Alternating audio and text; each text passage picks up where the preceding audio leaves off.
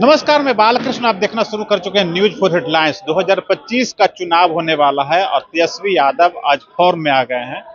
कल राष्ट्रीय कार्यकारिणी की बैठक होनी है और ठीक उसके पहले आज मंगनी लाल मंडल, जो कभी लालू यादव के बेहद करीब रहते थे और बिहार सरकार में मंत्री भी थे, उन्हें आज पार्टी की सदस्यता तेजस्वी यादव ने दिला दी है।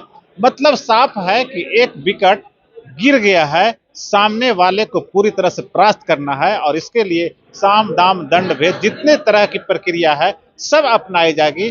सीधा निशाना है 2025 और मुख्यमंत्री बनना है तेजस्वी यादव को। बस इसी मामले को लेकर प्रेस कॉन्फ्रेंस में बहुत कुछ तेजस्वी ने कहा। सीधे निशाना पर जेडीयू और बीजेपी के लोग थे, मोहन भागवत थे और भी बहुत कुछ कहा तेजस्वी यादव ने। आइए हम सीधे लिए चलते हैं तेजस्वी यादव के प्रेस कॉन्फ्रेंस में क्या कुछ कह रहे हैं। पार्टी में शामिल करके पार्टी को एक व्यापक आधार देने की हम कोशिश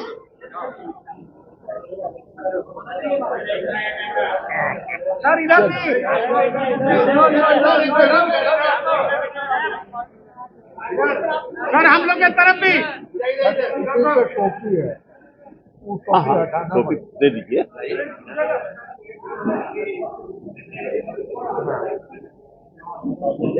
चल जाएगा।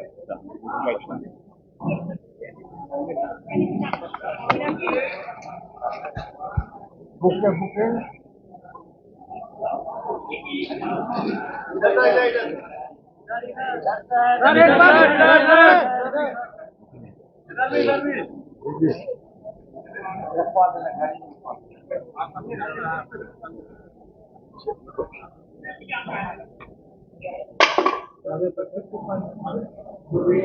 मीडिया के साथियों, अब मैं अपने महत्वपूर्ण साथी आदरणीय आग्रह करूंगा कि दो शब्द आपके समक्ष वो रखे।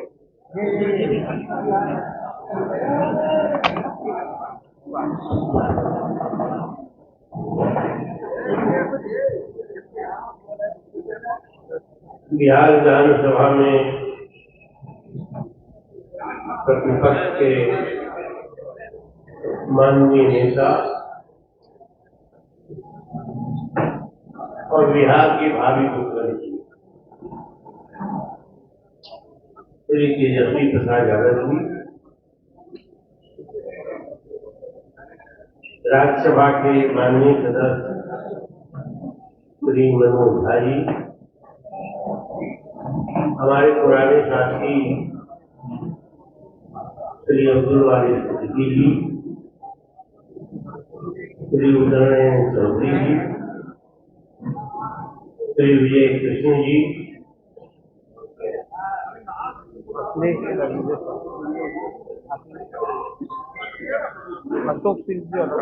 और श्री अशोक सिंह जी, श्री रणविजय साहू जी और राज्यसभा के माननीय सदस्य श्री संजय यादव जी और उपस्थित हमारे पार्टी के सभी साथीगण, प्रेस बंधुगण, मुझे अति प्रसन्नता हो रही है कि मैं अपने पुराने घर में लौट आया। राजनीतिक संस्कार के दृष्टिकोण से, सामाजिक न्याय की संस्कार के दृष्टिकोण से, कर्पूरी ठाकुर जी के शिष्य रहने के दृष्टिकोण से, इस दल के संस्थापक आदरणीय श्री लालू प्रसाद यादव जी हमारे नेता भी रहे हैं और समाजवादी जनसभा से हम लोग एक साथ सहकर्मी और सहयोगी भी रहे, जिन्हें यहाँ बैठे श्री विजय कृष्ण जी भी है। श्री लालू प्रसाद यादव जी के गोद में जननायक कर्पूरी ठाकुर का देहांत हुआ था। और इसीलिए लालू प्रसाद यादव जी ने अपने कार्यकाल में सामाजिक न्याय को धरातल पर नहीं उतारा, बल्कि बहुत ही उसमें शक्ति प्रदान की, और जिनके बाप दादे के मुंह में बोली नहीं थी, उनकी बेटी पोतों को उन्होंने बेचूरी की जुबान दी और ताकत दी। उस संस्कार की एकमात्र पार्टी बिहार की धरती पर और देश में सिर्फ राष्ट्रीय जनता दल है। मैं 5 साल जनता दल में रहा, मुझको उपाध्यक्ष बनाया गया, महासचिव बनाया गया, काम नहीं लिया गया, और काम करने के बाद वो अजनबी बनाया गया। ऐसा नहीं लगता था कि कोई मैं सामाजिक न्याय की सरोकार वाली पार्टी की सरकार की पार्टी में 5 साल से हूँ। लोकतंत्र के नाम पर डॉक्टर भैया कहते थे कि इस दल में पार्टी के अंदर आंतरिक जमहूरियत नहीं रहेगी, वो दल लोकतंत्र का वाहक नहीं हो सकता।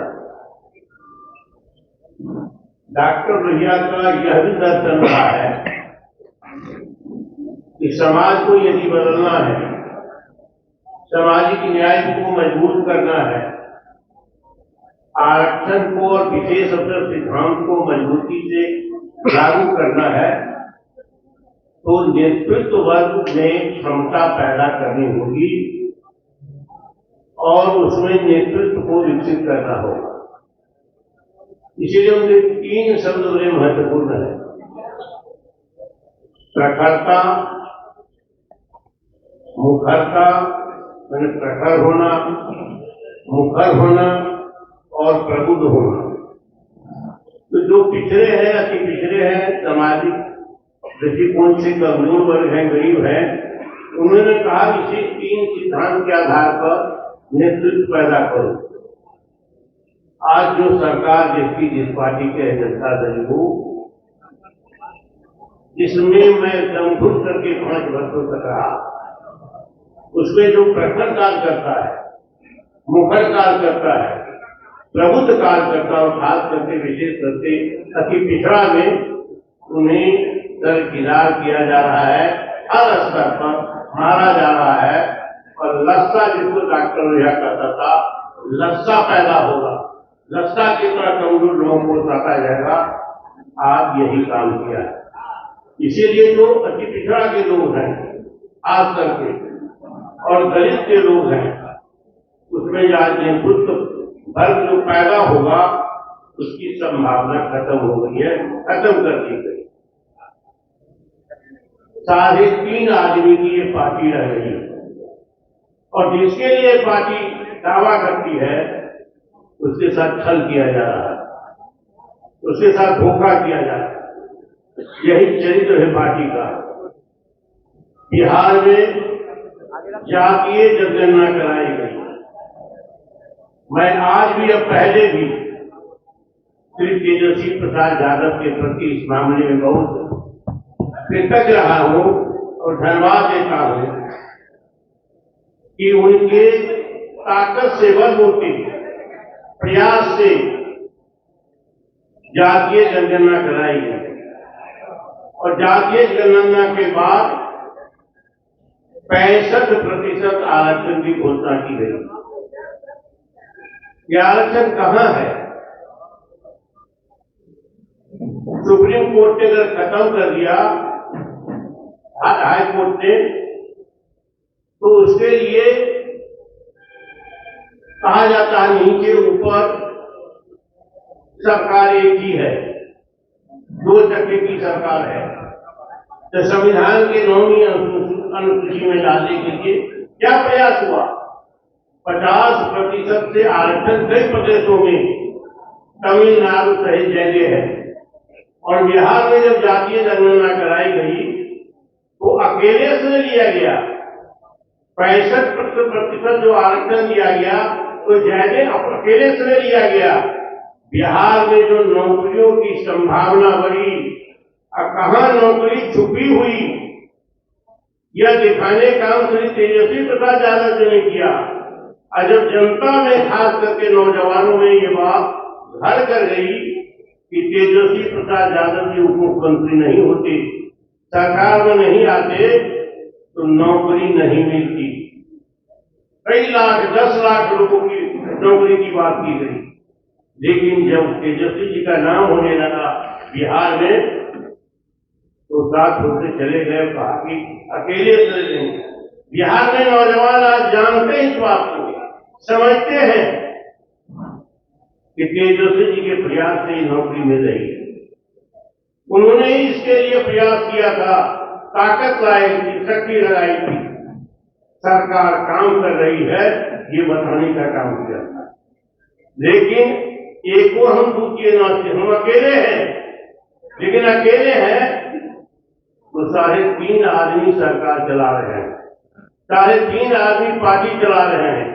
और पिछड़े वर्ग के लोग, दलित लोग, अल्पसंख्यक, महादलित, अति पिछड़ा, तमाम वर्ग के जो लोग हैं नीचे तक ठगा हुआ महसूस कर रहे हैं। और जो पार्टी के अंदर लोग हैं वो भी समझते कि हम साथ धोखा हो रहा है, छल हो रहा है, क्योंकि पार्टी अब वो असली पार्टी नहीं रह गई जिसका दावा करते हैं नीतीश कुमार। वो पार्टी रह गई 3-3.5 लोग। इसलिए मैं तय कर लिया कि यहां नहीं रहना है। अब मैं नीति को लेकर के, सामाजिक न्याय के सिद्धांत को लेकर के, आरक्षण को लेकर के, जो पिछड़ों का हक बनता है उसको हड़बड़ी का जब काम किया, उसके लिए लड़ाई लड़ने के लिए मैं अपने प्रवेश पार्टी में लौट जाऊंगा। आज मैं धन्यवाद देता हूं श्री तेजस्वी प्रसाद यादव जी ने मुझे सदस्यता दी है राष्ट्रीय जनता दल में। एक बात का करके मैं और बैठता हूं, जनता समझ रही है, अब ये बात उठ रही है कि जब सामाजिक न्याय की सरकार आती है, लालू प्रसाद यादव की सरकार आई, तो कहा गया कि जंगल का शासन हो गया। और जब दूसरे लोगों की सरकार आती है तो रामराज हो जाता है, जिसमें पिछड़ों, अति पिछड़ों, अल्पसंख्यकों, दलितों का अधिकार छीना जाता है। तो हम ये जंगली हो गए। लोकतंत्र में कर्पूरी ठाकुर ने कहा था, वोट का राज का मतलब होता है छोट का राज। छोट का मतलब होता है पिछड़ा, अति पिछड़ा, अल्पसंख्यक, दलित, महादलित, सदियों से जो वंचित है न्याय से, अधिकार से, सम्मान से, उसके लिए सामाजिक किया।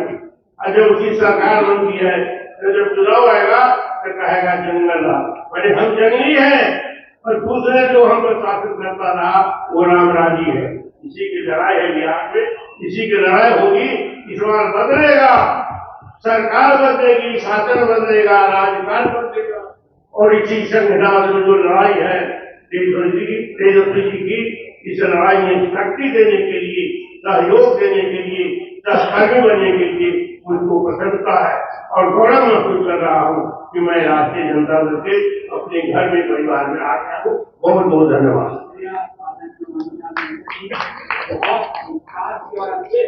आपने पूरे संघर्ष को रख दिया। अब मैं माननीय नेता प्रतिपक्ष की चादर करूंगा, इस महत्वपूर्ण प्रेस वार्ता को संबोधित। देखिए, आज प्रेस कॉन्फ्रेंस में सभी हमारे पटना के पत्रकार भाइयों का स्वागत है। और खुशी की बात है आज कि हमारे अभिभावक, बड़े समाजवादी नेता, हमारे पिताजी के मित्र और सहयोगी रहे आदरणीय मंडल जी पुनः राष्ट्रीय जनता दल में उन्होंने वापसी की और उनके पार्टी में वापस आने पर मुझे पूर्ण भरोसा है कि सभी सामाजिक न्याय के विचारधारा वाले जो आवाम है, जनता है, इस निर्णय का स्वागत करेंगे। और एक समाजवादी विचारधारा को मजबूती मिलेगी, हमारा दल मजबूत होगा, हमारी विचारधारा और मजबूत होगी।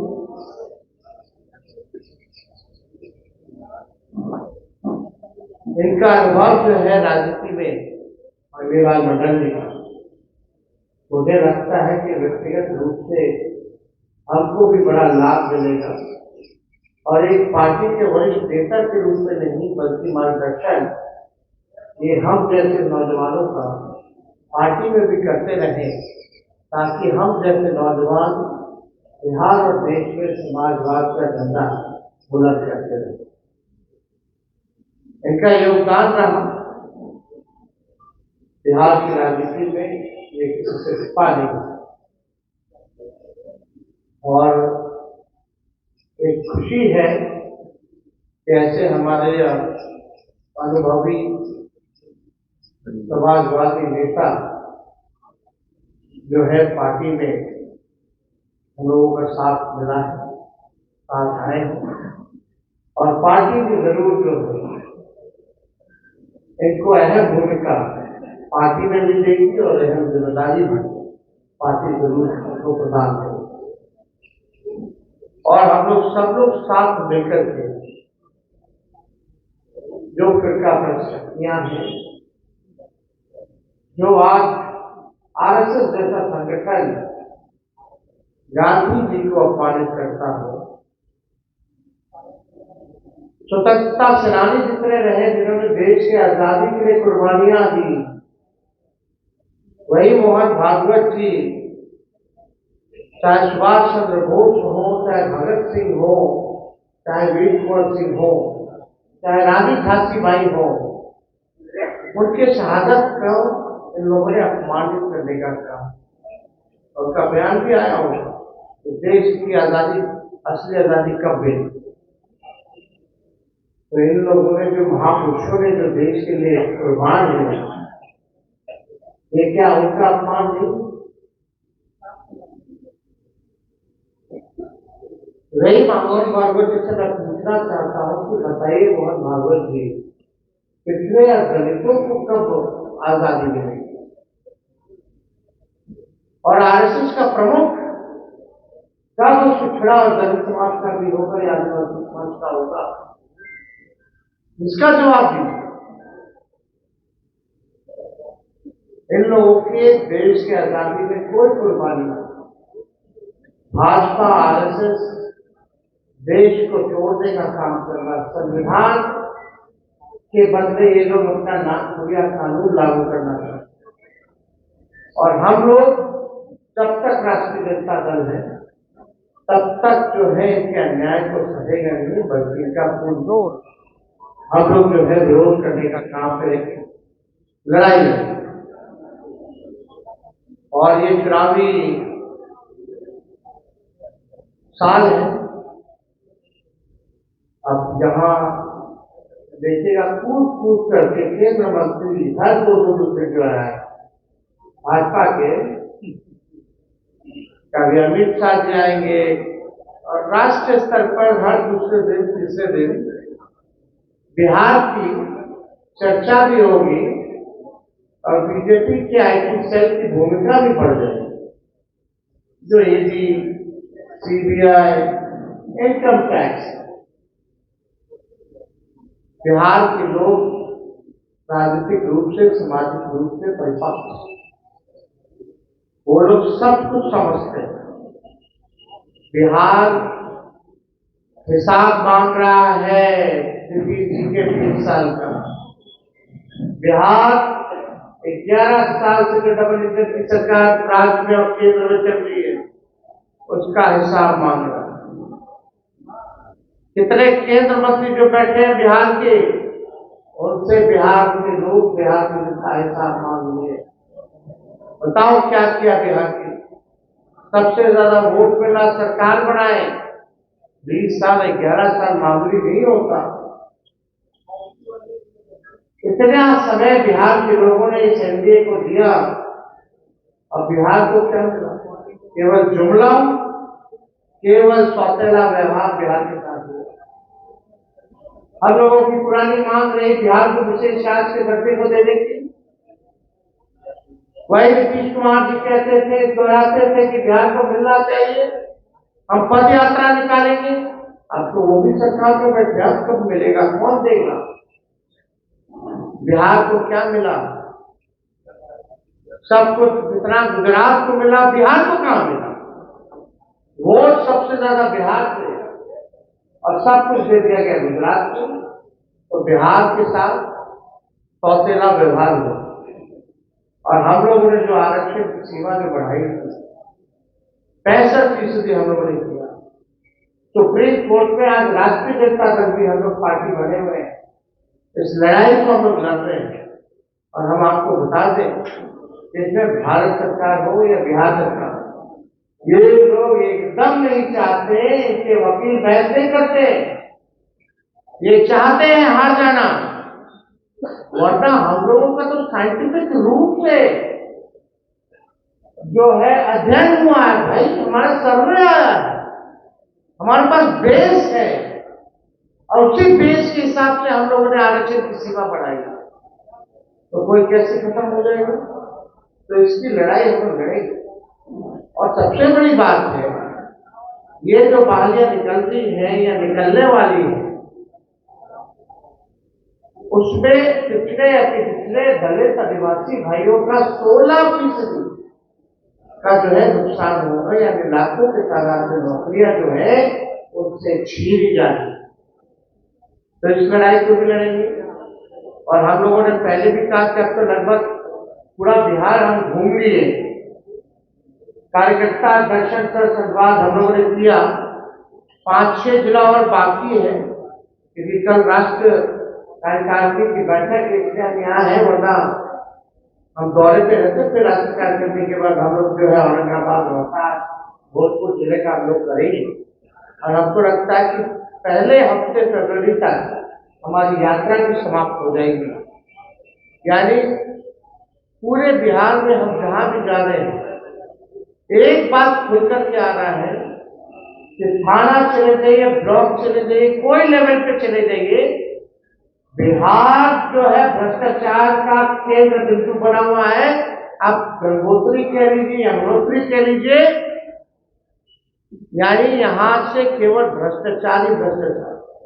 सबसे बड़ी शिकायत है, गरीबों के पास जाओ, उनसे बात करो। दूसरा, जब हम महिलाओं से बात कर रहे हैं हर जगह जाकर के, तो महिलाओं का कहना है कि ये महंगाई की मार सबसे ज्यादा जो है महिलाएं झेल रही है। हर चीज महंगा हो गया। और ये पॉपकॉर्न पे भी जो है जीएसटी लग गया। पता नहीं चूड़ी उड़ी सिद्धि पे भी लगा होगा, सिंदूर पे भी लगा होगा। एक बच्चा बीमार पड़ जाए तो घर चलाना मुश्किल। गैस सिलेंडर 1200 रुपए, बिजली बिहार में सबसे महंगा मिलता है पूरे देश में। कमाई कम है लोगों की, खर्चा ज्यादा है। और इसी रिपोर्ट में जब जाति आधारित गणना करा तो किसका कितना शैक्षणिक है, किसी क्या आर्थिक स्थिति है, उस रिपोर्ट में गरीबी का रिपोर्ट आप लोगों ने पढ़ा होगा। 94 लाख ऐसे परिवार है जिसका आय 6000 रुपए से कम है। आज सरकार उनके लिए क्या कर रही है, क्या सहयोग कर रही है, क्या विजन है? और नीति आयोग के रिपोर्ट में देखिएगा, बिहार बेरोजगारी, पलायन, गरीबी में अव्वल राज्य में है। 20 साल से राज कर रहे हैं, 11 साल से वहां इतने केंद्र मंत्री क्या कर रहे हैं लोग? केवल अपनी राजनीति रोटी सेकते हैं। हिंदू मुसलमान नफरत की राजनीति, भेदभाव तोड़ने की राजनीति, और केवल कुर्सी पे बैठ के सरकार में बैठ के मलाई खाना, यही काम है। लेकिन बिहारियों को क्या मिला? 94 लाख परिवार। इसलिए हमने वादा किया है कि हमारी सरकार बनेगी तो 1 महीने के भीतर मां बहन मान योजना की हम लोग शुरुआत करेंगे, जहां माताओं बहनों को 2500 रुपए डायरेक्ट खाते में हम लोग देंगे। 200 यूनिट फ्री में बिजली देंगे। विधवा वृद्धा दिव्यांग लोगों का जो 400 पेंशन है, बगल के राज्य झारखंड में 1000 रुपए है, यहाँ मात्र 400 है। इसको बढ़ा करके हम लोग 1500 रुपए करने का काम करें। ये 5 लाख नौकरी हम लोगों ने दिया। वही चाचा कहते थे कहां से लाएगा, अपने बाप के पास से पैसा लाएगा। हमने जो लकीर खींची है उसी के आगे पीछे ये लोग जो है बात कर रहे हैं। वही चाचा कहते 20 लाख का है, पता नहीं कहां कितना दिया नहीं दिया, जब तो सरकार की एक भी नौकरी है। तो लोग जो है चाहे छात्र, युवा, नौजवान सब परेशान है, माताएं बहनें सब परेशान है, बुजुर्ग हो वो परेशान है, खिलाड़ी परेशान है, बिहार के दिव्यांग परेशान है। कोई भी ऐसा वर्ग, ऐसी जाति ना हो जो इस मौजूदा सरकार से परेशान ना हो। तो हम लोग जो कहते हैं वो करके दिखाते हैं, और आगे भी देखिएगा जो हम लोग कर रहे हैं। इन लोगों के पास विजय नहीं है तो हाईजैक को रखें। ठीक कहा विधानमंडल जी ने, 3.5 व्यक्ति जो है वो सरकार चला रहे हैं और पार्टी चला रहे हैं। असल में वो सरकार और पार्टी मुख्यमंत्री का चेहरा आगे करके वो पूरी तरीके से बिहार को लूटने का काम। और हमने तो पहले भी कहा, डीके बॉस जो है वही सुपर सीएम है। भ्रष्टाचार किस हिसाब से ट्रांसफर, पोस्टिंग, जो परफॉर्मर है, हम अभी भी मानते हैं हम लोगों की सरकार बनेगी परफॉर्मेंस बेस्ड ट्रांसफर पोस्टिंग होगा। जो परफॉर्म करेगा उसको अच्छी पोस्टिंग मिलेगी, जो अधिकारी परफॉर्म नहीं करेगा, जो काम नहीं करेगा उसको सेटिंग होगी।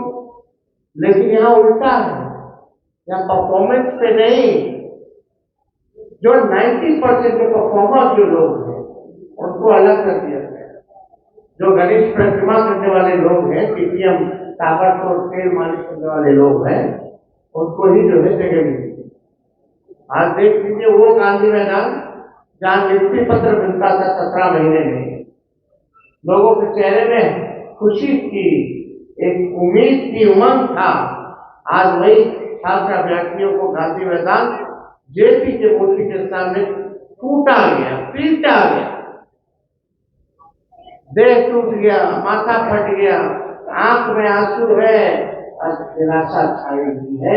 ये है असली इंडिया। और आगे भी देखिएगा इन लोगों के पास कोई विजन नहीं। एक बार हम लोग पूरा बिहार घूमेंगे, इसके बाद हम लोग काम कर रहे हैं कि बिहार को अव्वल राज्य में हम कैसे ले जाए, बिहार को आगे कैसे बढ़ाए, तरक्की बिहार के लोगों को कैसे हो, इसके लिए ब्लूप्रिंट हम लाने का काम करेंगे। और हमारे पास विजन है और रीजन भी है, और हम लोग काम करने वाले नौजवान हैं, नए सोच के हैं, नया बिहार बनाना है। सामाजिक न्याय के साथ साथ लोगों के साथ आर्थिक न्याय भी हम लोगों को करना है। तो इस काम में हम लोग लगेंगे। अब तो भाजपा के हो दिन भर कूद कूद करके बिहार की बात करेंगे, बिहार की चर्चा करेंगे।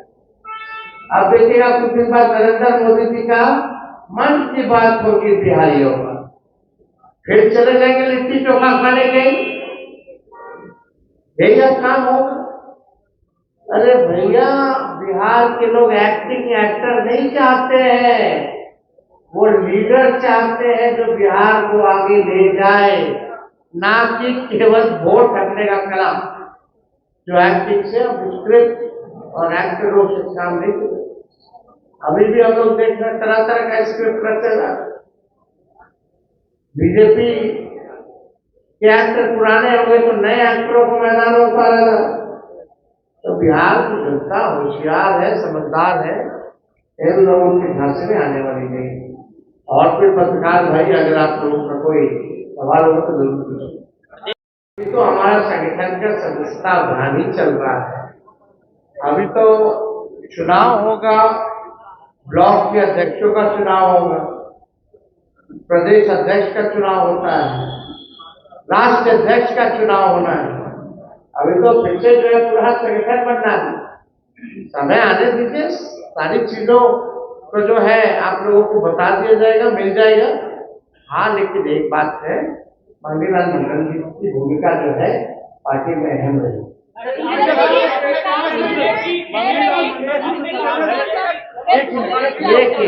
एक एक आदमी पूछे ना कैसे होगा वो आप पूछिए। तैयार कर रही है, जाहिर तौर पर जो ये हो रही है, एक्टर तैयार कर रहे हैं 2019 चुनाव के लिए, कौन सी एक्टर प्रोड्यूसर और डायरेक्टर है? अरे आपसे कोई छुपा हुआ है क्या? 3.5 लोग कौन है? आपके चेहरे पे हंसी बता रही है, आपको सब पता है।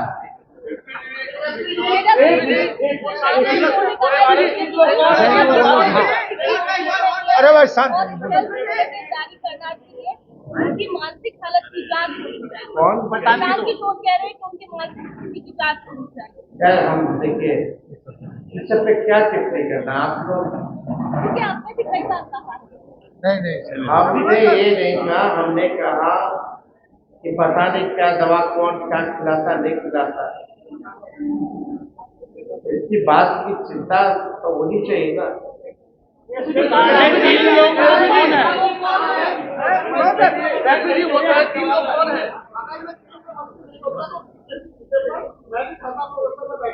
हम बिहार बंद कराए थे जब ऊपर पीछे से चढ़ा के आकर के, जब वो जेएनयू में जो चला था, जो हाथ से हमारे दलित की जो मृत्यु हुई थी साउथ की रोहित वेमुला वाले केस में उप मुख्यमंत्री रहते हैं, हम डॉक्टर चौरा। देखिए इसका भरपाई करने से, बयान देने से कुछ होने वाला नहीं। अगर आपको ये खबर अच्छी लगी तो चैनल को सब्सक्राइब करना नहीं भूलें और बेल आइकन जरूर दबाएं।